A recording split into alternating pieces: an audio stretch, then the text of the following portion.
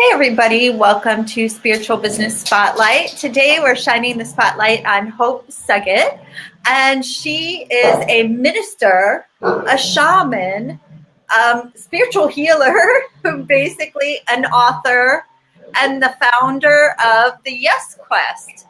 And my dogs have decided to have a little polling session right when we start. So hi, Hope. Hi, thank you so much for having me. I'm so excited to be here and talk about all these exciting spiritual matters. And thank you for inviting me.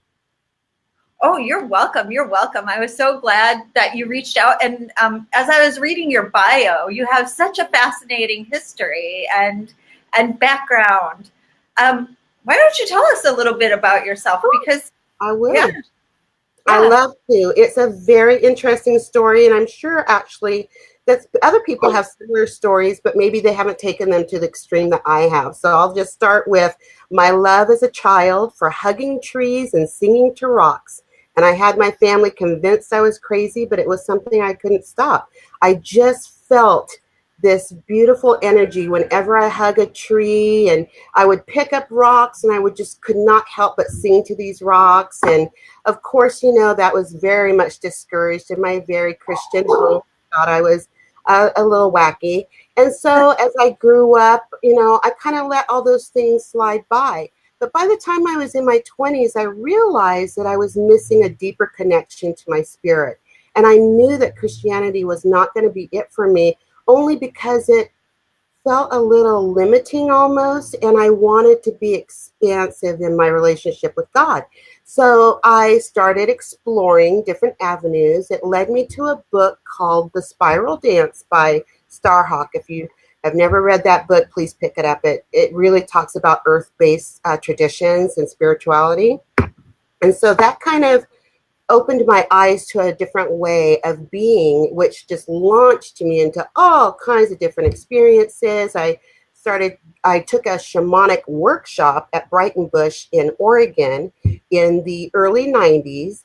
And from there, it just exploded. The experience was so profound, and it kind of gave me a sense of always being connected to something bigger and deeper than myself, and somewhere where I can always turn for answers for every question.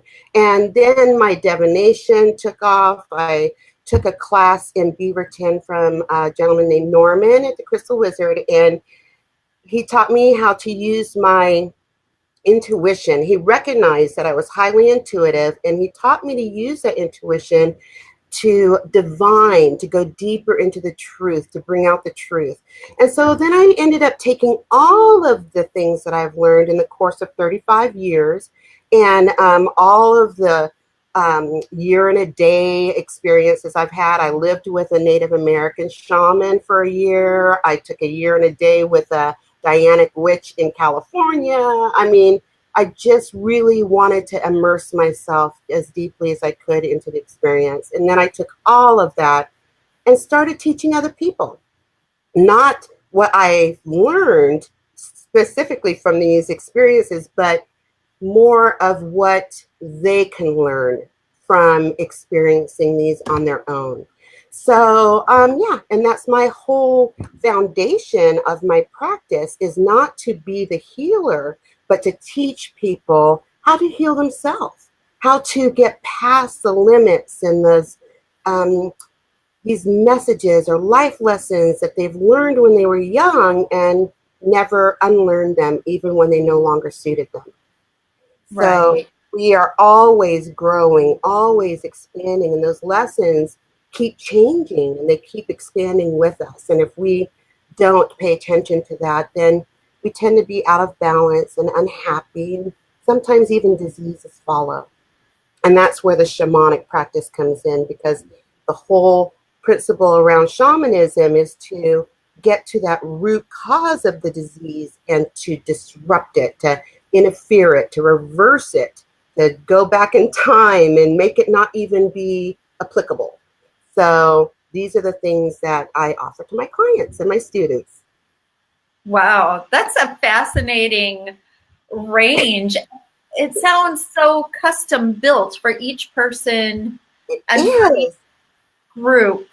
Yep. Thank you for bringing that up. It is custom. I do group classes, that is true, but it's on basic topics like stone grid magic or, just all kinds of things like that. But when I work one-on-one with a client, it is tailored specifically to them. So what I do for one client, I may not offer to another, but it's all there. I also embrace this Tattvas. It's oh gosh, I hope I spell it right, Tattvas. It's a Hindu energy principle that I learned from an aromatherapist that also uses aromatherapy to trigger and to change and shift people's dimensions internally and externally. And so there's that, there's sound therapy, there's crystal therapy, there's all different modalities, including touch. I have I'm not a Reiki person. I tried to be a Reiki person, but the Reiki master who was teaching me actually said, no, you don't need Reiki. That's not for you. You have an energy of your own that you work with. And so I started working more with that. And now I can do energy work with somebody and they don't have to get undressed or anything. And it's an amazing experience. I don't know how to explain it. I call it mother touch because I feel like I'm bringing up mother energy from the earth and just shining it on somebody. It's not coming from me. I want to be perfectly clear. All the work I do is coming from a higher place, and I'm being directed by my client's spiritual team. Their ancestors, their helpers, are the ones that are guiding me to help them. I become my client's avatar, actually, in the channel for them to access their own healing. Oh, wow. So doing that, do you do like remote healing as well as in-person healing then? I do, yeah. As long as I know where a person is, I can literally, in my mind, travel there and see their body and feel them and know exactly where to direct that energy. I have helped people in South America, Australia, Greece, all over the world with this remote healing. Energy is not limited by time and space. It is present always and always around us. And how we work with that energy is through intention and through a mindfulness, a clarity of exactly what our intention is. Right. Yeah. So it becomes easy to do remote. Easy. Right. And do you feel like you have to go into things with the intention of a specific outcome, or do you kind of allow the guides to kind of take it where they need to take it? I allow the guys to take it where they need to take it. And that shows up more in my one-on-one tarot readings that I do. I use divination a lot to illustrate a story to somebody. In fact, I will be honest with you. I ask my clients not to even tell me what their question is. I don't even want to know. I want to go directly to the source and let the universe tell them exactly what they need to know.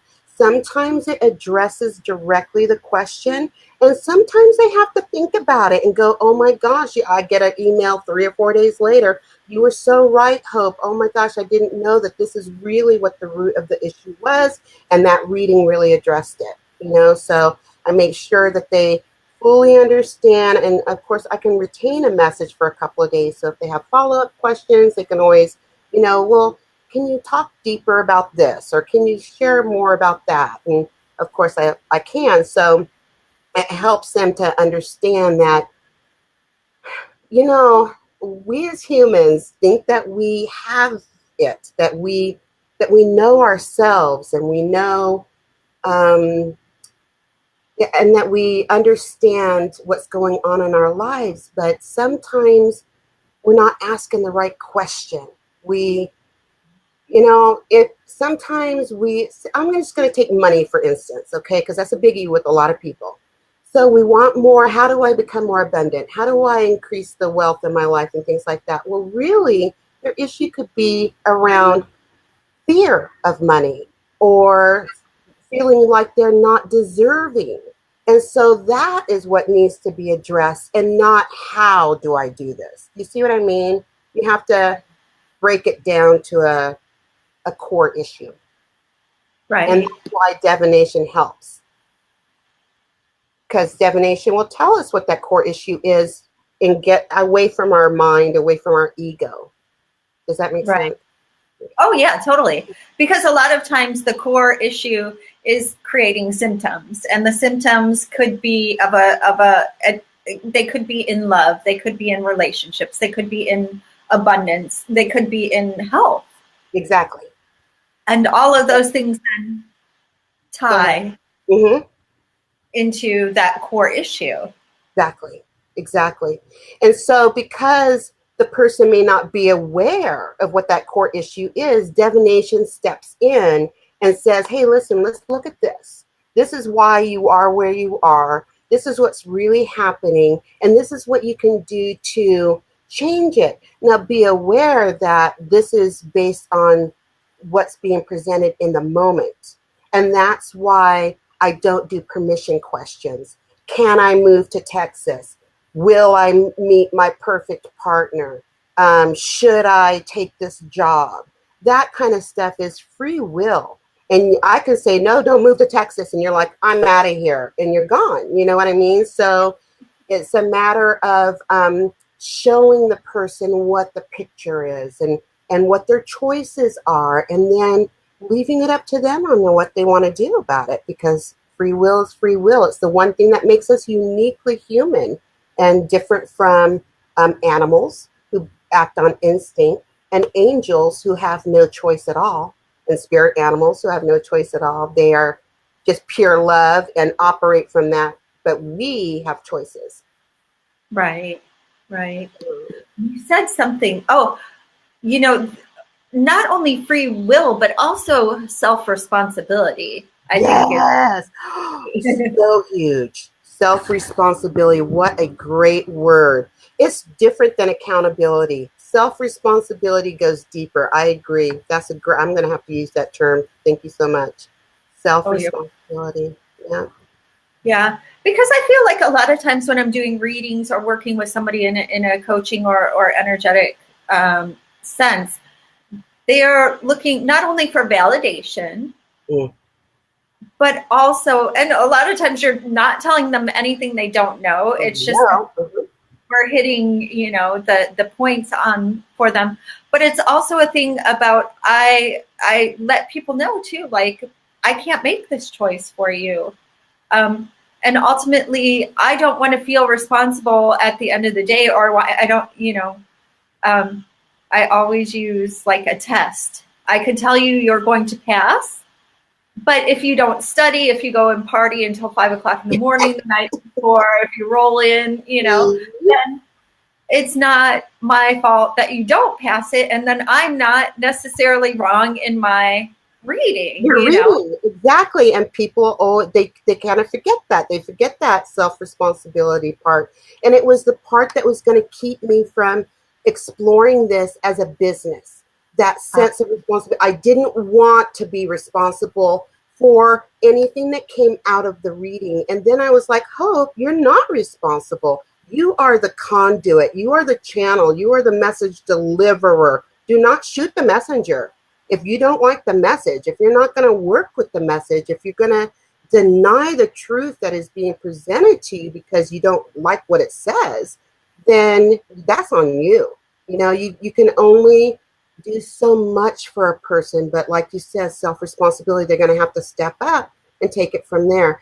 That's why I'm so happy with the clients that I have. I don't have clients who just want me to constantly fix them.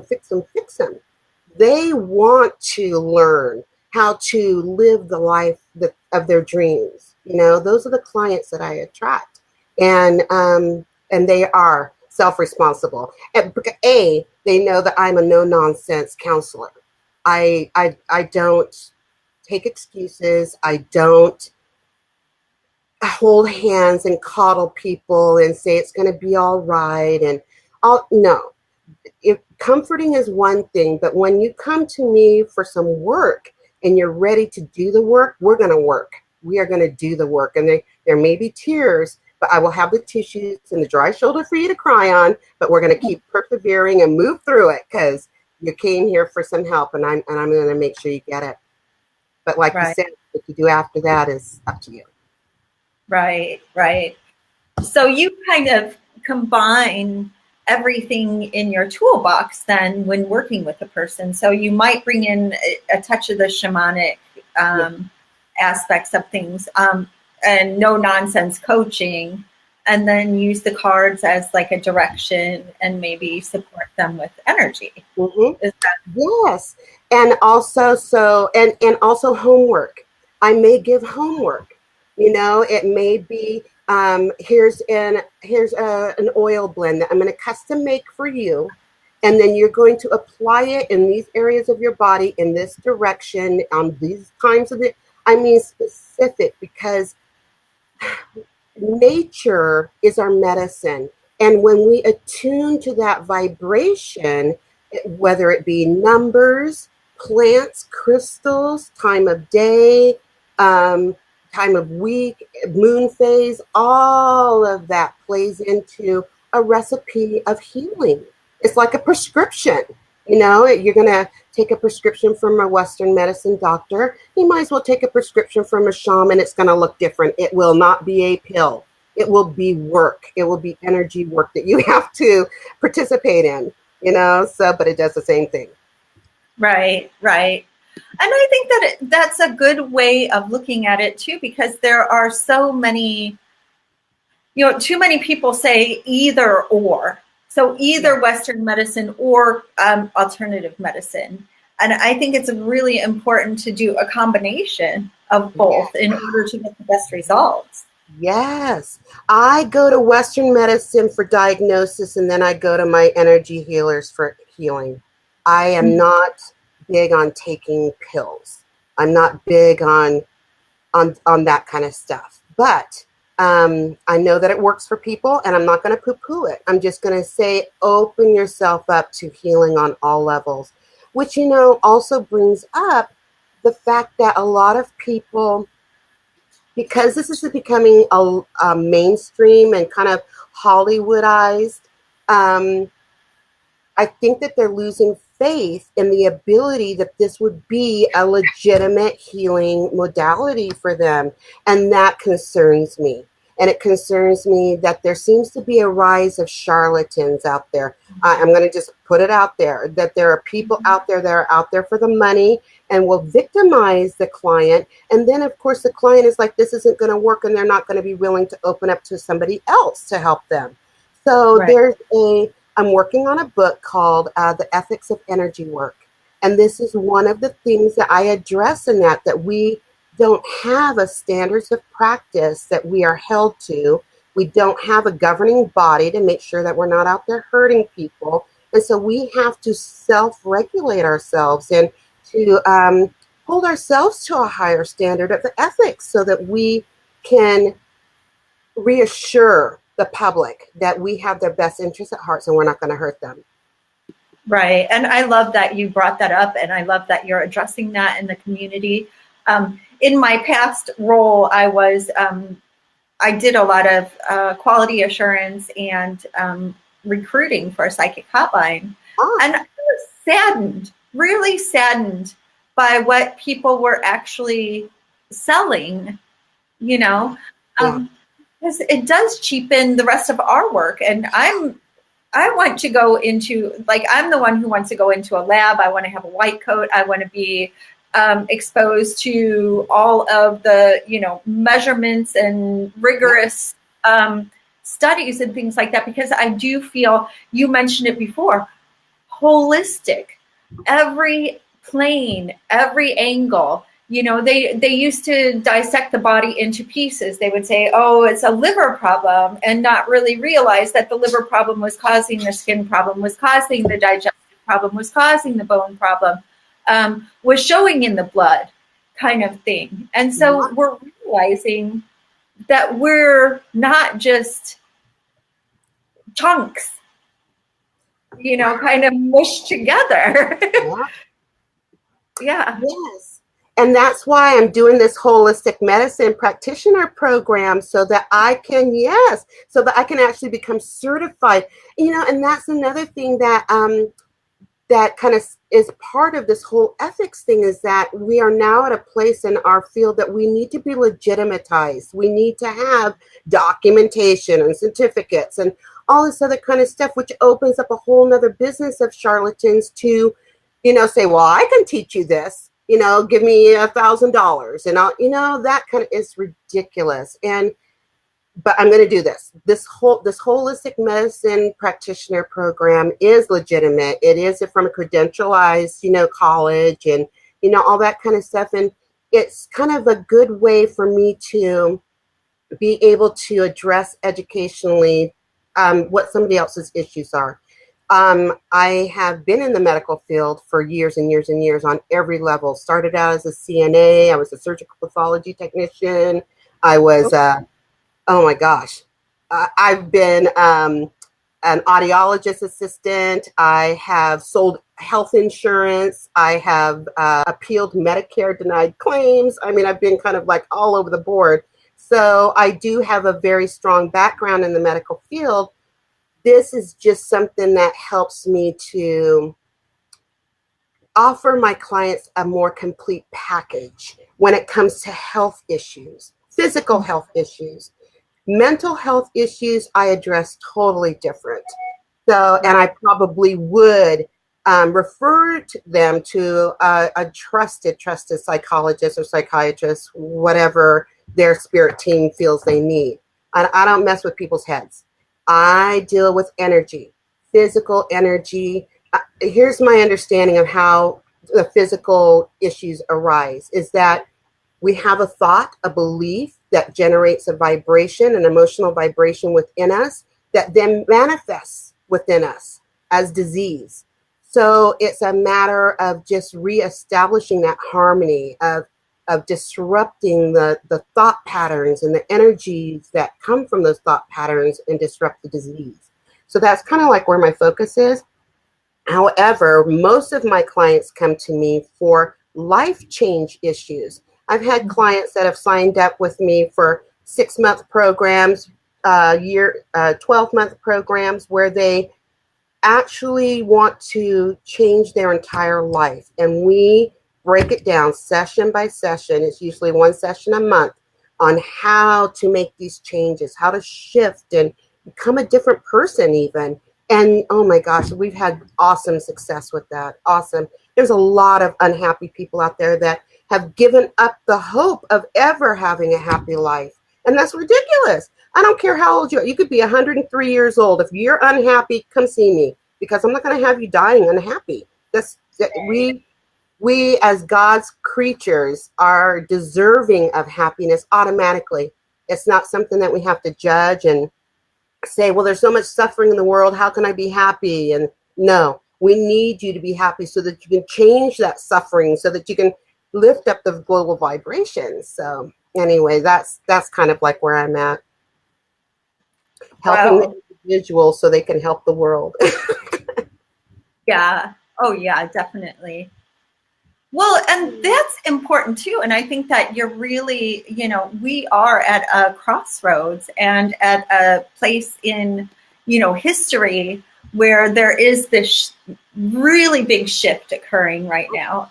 And some of us have been, kind of on the forefront or kind of running alongside of this change, kind of trying to figure out, number one, how to make it in our own lives, how to live the changes and how to be what we want to see, to use Gandhi's words, but then also how to help other people become what they want to be. Yeah. I'm going to be honest. I truly believe that when you're a happy, fulfilled person, just living that life, you become the example for other people. When you're living your truth and you're withholding your boundaries, you're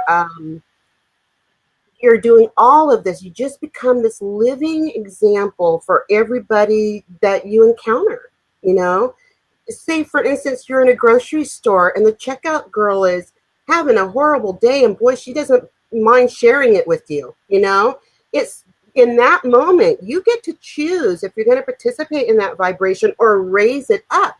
Well, hey, the guy behind you is watching this, so you are an example for everybody who is witnessing that, as well as the checker.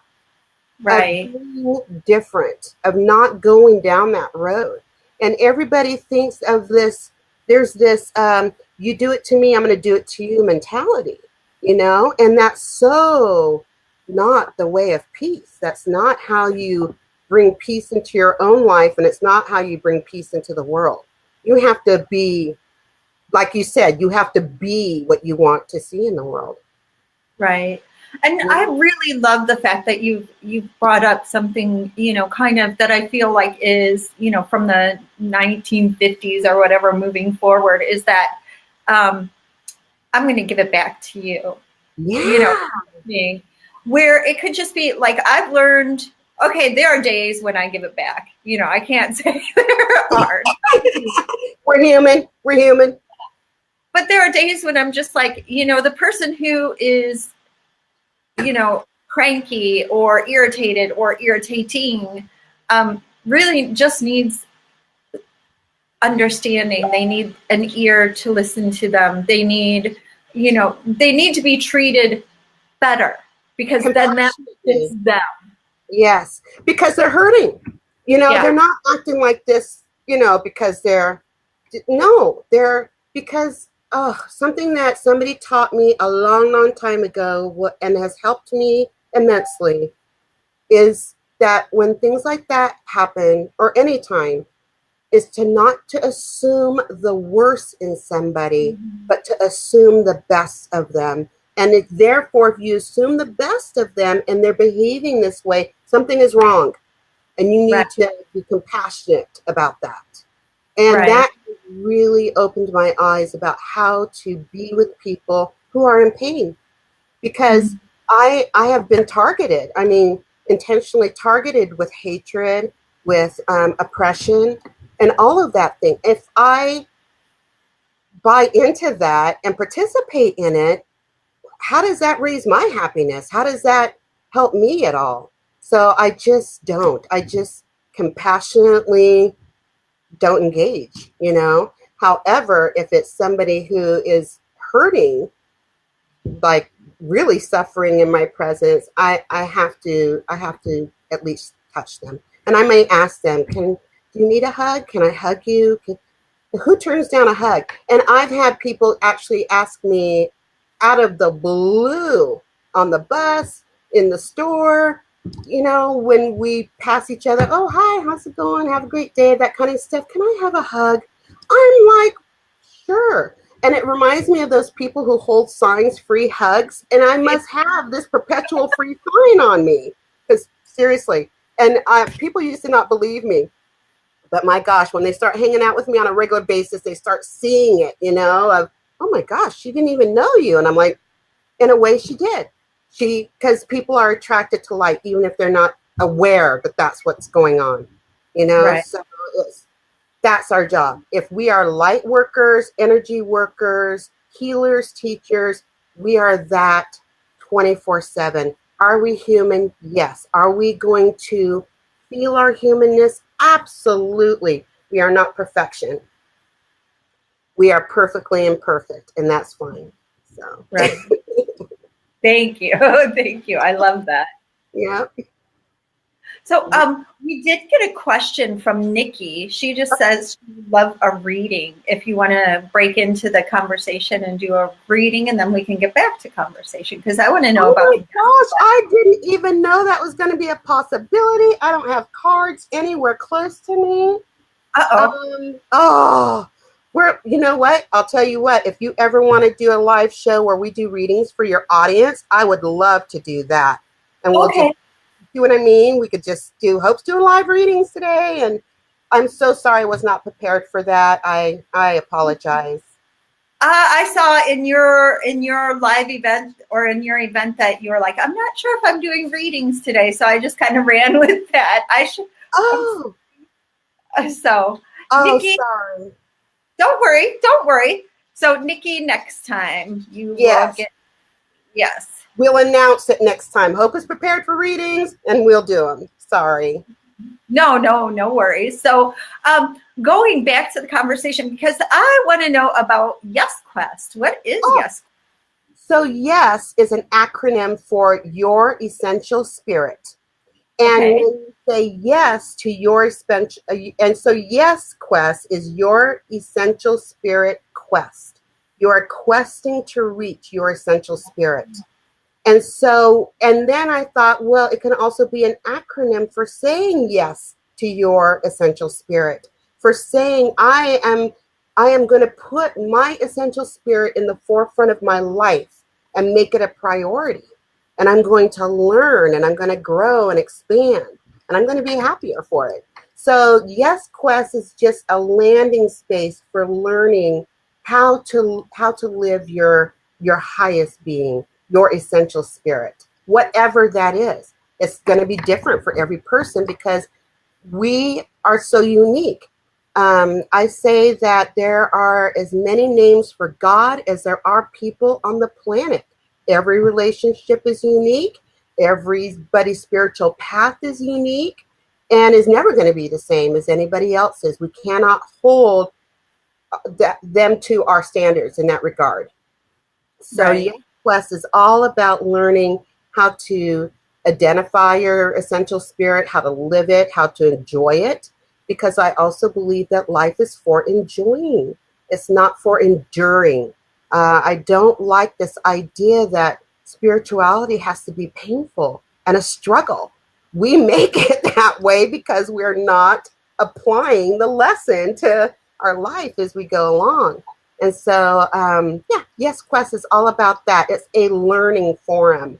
And I encourage people to participate more. But I think that in general, people are uncomfortable talking about it.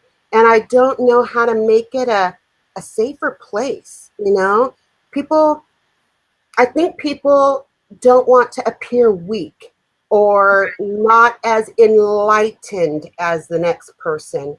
And that's self defeating and will Right. keep you where you are. So, yeah, I'm hoping that I hit the right words or the right vibration to encourage people to participate more in the group and to come to my live readings. To they're free, and to ask questions and comment and share their own perspectives. It's a group page. It's not a business page. It's for us to be together, a community. So that's why I used to have a business page called Wise Women Pathways. Some of your listeners might have known about that. I had almost 4,000 followers on that. However, because it was a business on Facebook, it became a numbers game and it really drained me and took the joy out of the work for me. And I had to change my focus and change how I was going to deliver my services. Right. That's when I became an author. Ah, yeah. So you have two books Yeah, out already and you're working on your third. Is that I'm right? working on two more. So I've published a book called Stone Grid Magic, Making Something Out of Nothing. It's it teaches people how to manifest using the flower of life as a template. And then I am going to publish this weekend a book called Learning, a Personal Awareness Journal. And it is written in a journal form. It's got 52 chapters. Each week you take a chapter, you read it, you journal on it. I've given you space to do artwork. I've given you journal questions to explore, all kinds of really good stuff in this book. Exercises to do. So that's going to get published this weekend. Please join the Yes Quest for this humongous launch because they're going to be giving away crystals and books and just all kind of goodies. It's going to be a big party. I want people to really get as excited about this book as I am. So that's going to happen this weekend. And then I'm also working on my ethics of energy work and a book called The Four Seasons of Goddess. And Yeah, it's anecdotal, but it's also a good reference book about how to work with the moon phases, the seasons, how they correlate with the seasons of our life, and all that good stuff. It's going to be a fun book, so I'm excited about both of those books too. Oh yeah, I'm excited about all four of them.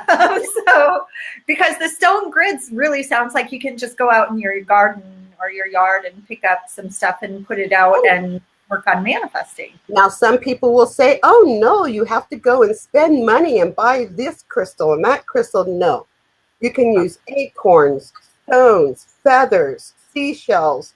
It doesn't matter. It's the gridding part that matters, and it's the energy and intention. And the so also in this book, I talk a lot about activation affirmations. Okay, so affirmations, I don't know if everybody understands this, they have to be already true in order for them to work. Okay. So for instance, you cannot be, I'm going to use myself for instance, okay, because I'm an overweight woman. So I cannot stand in front of a mirror and keep telling myself I weigh 120 pounds when in reality I don't, because my spirit self will say, you're a big fat liar. You do not weigh 120 pounds. And that affirmation will not work. However, if I stand in front of a mirror and I say, I love my body, I'm a healthy, active woman, that is a truth. And so then it starts, my psyche starts going, yeah, okay, active, healthy. What is that to us? It starts aligning with it to become true, manifested in my life. So activation affirmations work the same way in Stone Grid Magic. You have this intention, and then you speak it as if it was already manifested, and then it kind of gets released into the universe. The universe says, oh, I get you, and sends it back to you manifested in the physical. So that's the whole concept around Stone Grid Magic, creating some or making something from nothing. Because basically that's what it is. Energy doesn't have form until we do something with it. Then it has form. Then it has matter and becomes a solid fixture in our life. So we have to work. This is the problem I have with the law of attraction. Now, I'm a big believer in the law of attraction, but it doesn't go far enough to, and I'm going to go back to something you said about self-responsibility. It just keeps talking about wishing and visioning and wishing and visioning. Well, you got to work too. You can't just sit on your couch and just expect the universe to just go, okay, here you go. No, you have to put some effort into it. Put your energy into it. You're connecting with your intention, not just asking to be handed stuff. So, Right. yeah, so Stone Grid Magic book, it talks a lot about all of that. And also it talks a lot about the ethics of manifesting and about not involving other people's free will in it and stuff like that. So it's a pretty interesting book. I love, okay, I'm so thank you. sorry to interrupt. I just also wanted to mention it's full of Sure. links to meditations and stuff. So it's got all kind of stuff in it. Okay, good. Because remember that too, because just to let everybody know, you do have a YouTube site that's full of meditations and exercises and information. And so it doesn't have to stop. They don't have to Yeah. stop to know you after this hour between us is over. They can go to the Yes Quest. They can come to your party this weekend. They can look you up on YouTube under your name, Hope Suggit. Yes, it's under rev.hope. Mm-hmm. Okay. Mm-hmm. Yeah. Yeah. And I will also make a point of putting a link on the Yes Quest page too. And I'll address it that this is the follow-up to the interview. Here's some additional information. So you guys can always go there. I'll pin it to the top of the page so you don't have to look through everything. But please do look through those posts because they're interesting, for lack of a better word. Well, no, and they're probably really interesting and fascinating on their own level, and I can't wait to check them out too. Because, like I said, you have a background that I'm like, ooh, I can't wait to dig into her psyche. So, yeah, but free will. I love this. We come around again to free will. And it's not only your own free will, but the free will of other people in your life. So you're not trying to control, manipulate, or otherwise, direct another person's energy. Or manipulate their feelings. I've had people come to me saying they want help to make somebody fall in love with them. And I'm like, no, I will not be able to help you with that. But then we start talking about, what are you really looking for? Is it the qualities of this person? If so, then let's just address that, So I really stay away from that manipulative stuff. And I caution other people too, that it just backfires. And you can't force somebody to do something. Not even my cat will obey me. So I don't try it on other people either. My dogs don't really listen.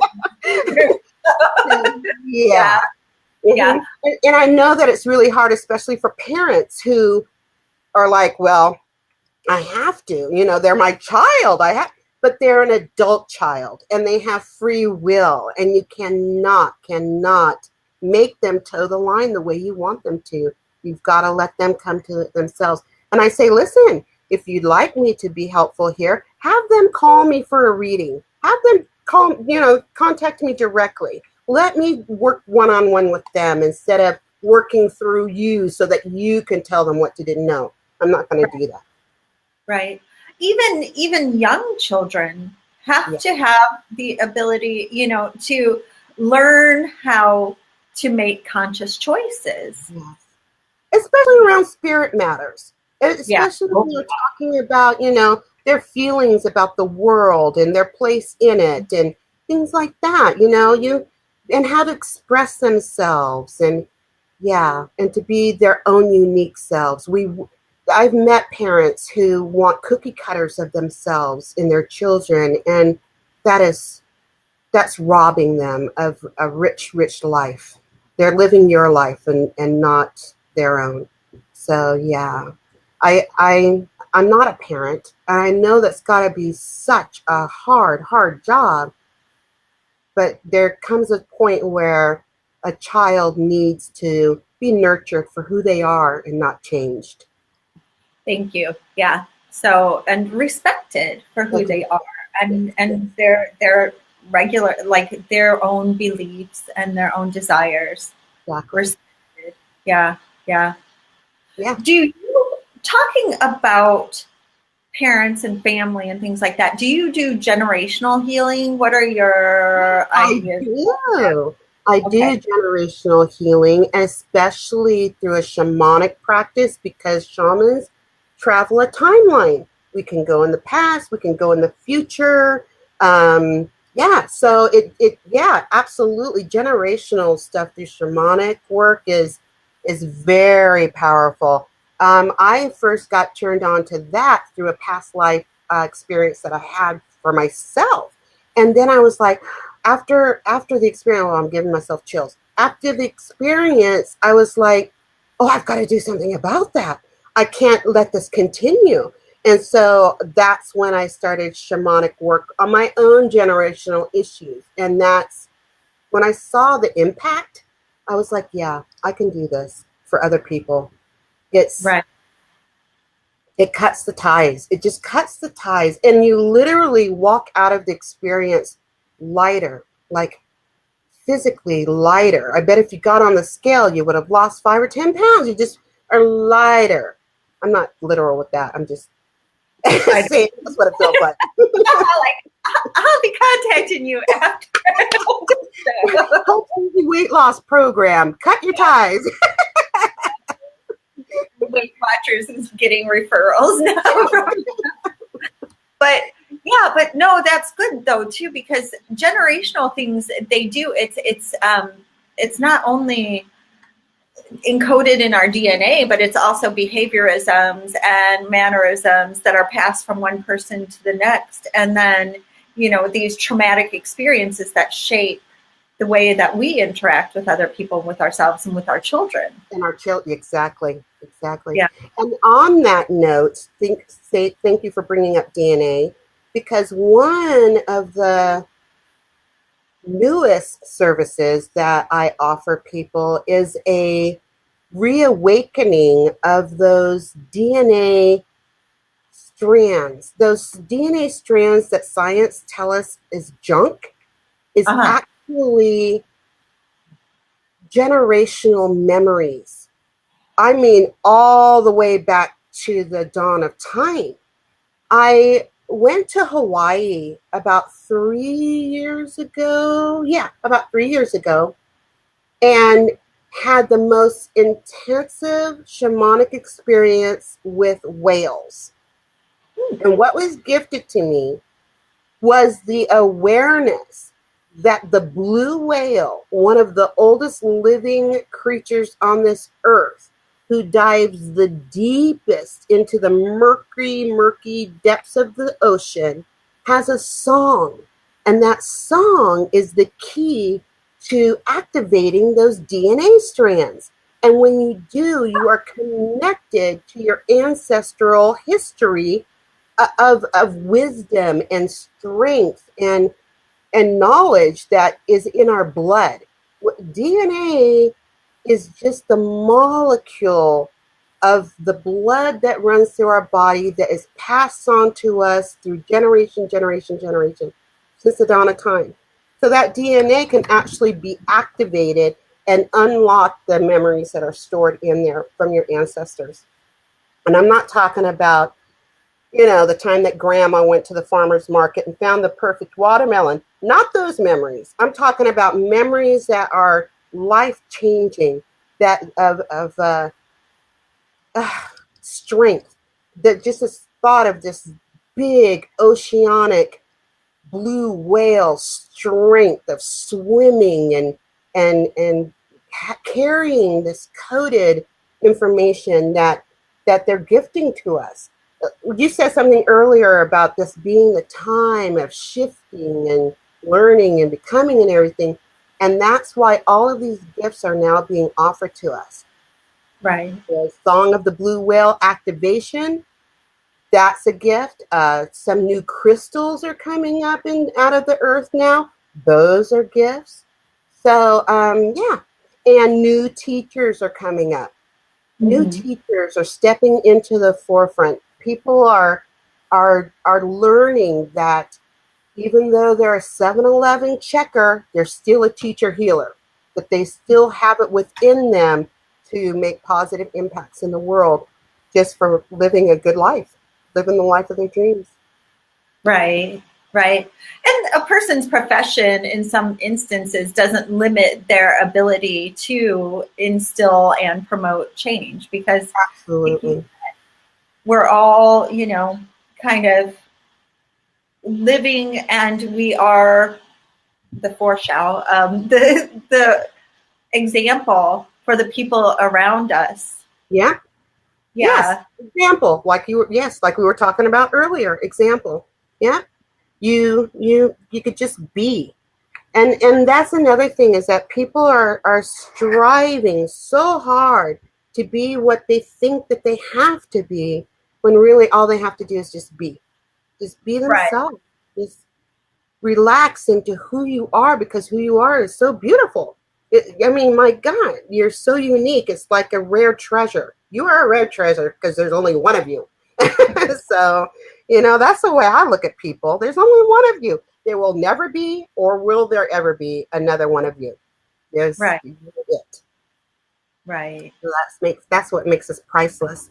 And we're all, here's the really cool part, is that we're all still part of the one, that we're just drops of water in the ocean of the one. Right. And I think that's scary for some people, though. I think that it's really, kind of, they can't accept who they are, number one, because they've been told, in society or the magazines or, films or parents, yeah, teachers, your spouse, even in your some spouse. Oh, yeah, yes. will tell you that, there's something lacking, that you're not as good as you can be. And I understand striving to be your best self, but there's a big difference between striving to be your best self and actually striving to be somebody else. Right? Somebody else's idea of a best self. Uh-huh. Right. Yeah, you're right. You have to determine what that is for yourself, what your best self is. Mm-hmm. I agree. Right. And it seems like the Yes Quest, going back to that, is something that kind of allows or encourages a person to kind of go into that space of being their best self. And, you know, right now, I mean, I was thinking about this while you were talking about it. A lot of times people aren't really sure that they're in a private setting. Or and Mark Zuckerberg I'm sorry, Mark, I know if you're listening to this or whatever, because we're on Facebook, but the actions in the past year have really decreased the amount of confidence people have, I think, in sharing on social media formats, which is sad because it is. And thank you for bringing that up, because just this morning I have decided to make the Yes Quest private. I'm taking it off of public. Okay. So the public lands on that page. They can see the basic information, but they cannot see your comments. They cannot see my posts. They have to be a member of the group. And I didn't want to do that, but because of exactly what you're saying, privacy, I want people to feel safe. And if I post the confidentiality guidelines and agreements of this group and you agree to it when you join, you will be held to those standards or those expectations. And I hope that would increase everybody's confidentiality assurance. It would make them feel more assured that they're in a safe place to discuss whatever they want to discuss. With me, if you go private with me, it's one of the things that I guarantee you, that I am going to create a safe and confidential environment for you.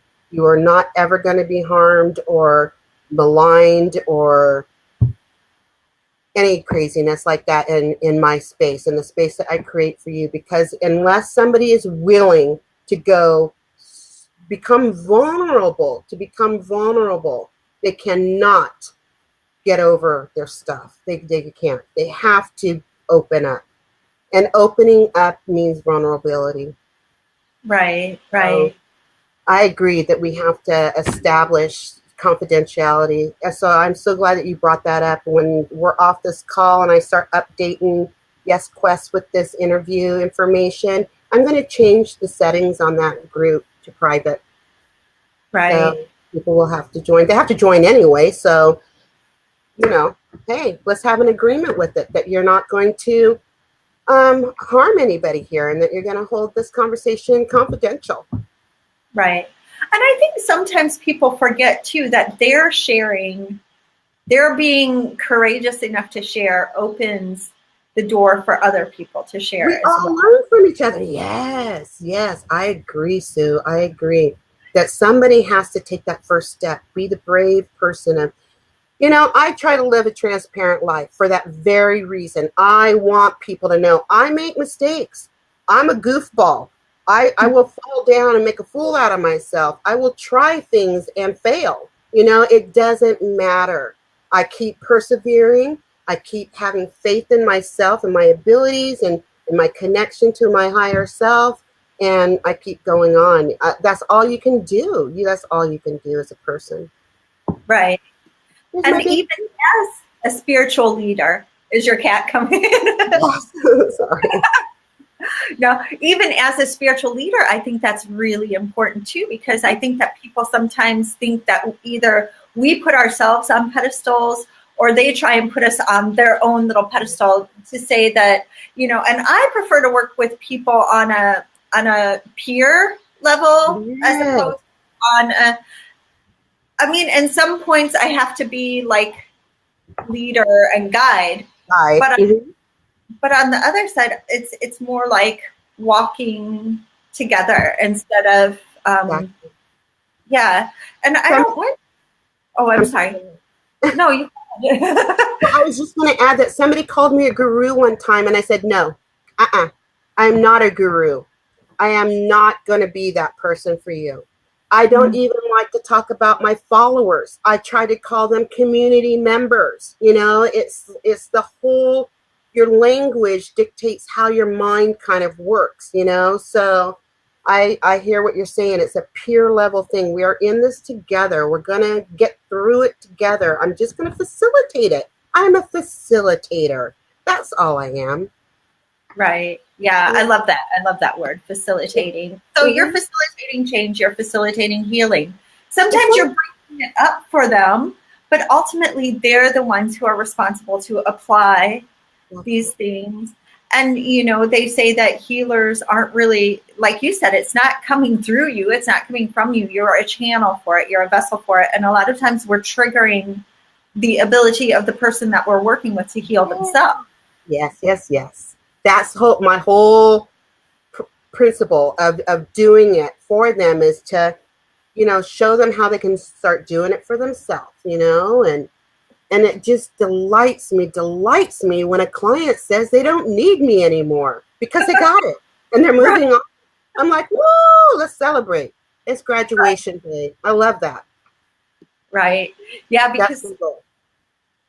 That is the goal. And we don't get people like hooked on our work or anything. We want to take them to the next level and say, you know, go forth and prosper. Kind of. Fly, little bird. Mm-hmm.